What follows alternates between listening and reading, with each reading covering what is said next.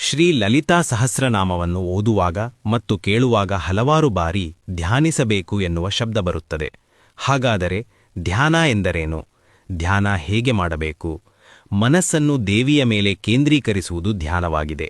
ಧ್ಯಾನಕ್ಕೆ ಮೊದಲು ಕೆಲವು ಸಿದ್ಧತೆಗಳನ್ನು ಮಾಡುವುದು ಅವಶ್ಯ. ವಿಘ್ನನಾಶಕನಾದ ಗಣೇಶನನ್ನು ಮತ್ತು ಗುರುವನ್ನು ನೆನೆದು ಪೂರ್ವಾಭಿಮುಖ ಅಥವಾ ಉತ್ತರಾಭಿಮುಖವಾಗಿ ಒಂದು ನಿಶ್ಚಿತ ಸ್ಥಳದಲ್ಲಿ ಧ್ಯಾನಕ್ಕೆ ಕೂಡಬೇಕು. ಧ್ಯಾನಕ್ಕೆ ಕೂಡುವ ಆಸನ ರೇಷ್ಮೆಯದ್ದಾಗಿದ್ದರೆ ಉತ್ತಮ. ಕಷ್ಟವೆನಿಸದ ರೀತಿಯಲ್ಲಿ ಕುಳಿತು ದೃಷ್ಟಿಯನ್ನು ಕೂಟಸ್ಥದಲ್ಲಿ ಅಂದರೆ ಎರಡು ಹುಬ್ಬಗಳ ಮಧ್ಯೆ ಇರಿಸಬೇಕು. ಮೇರುದಂಡ ನೇರವಾಗಿರಬೇಕು.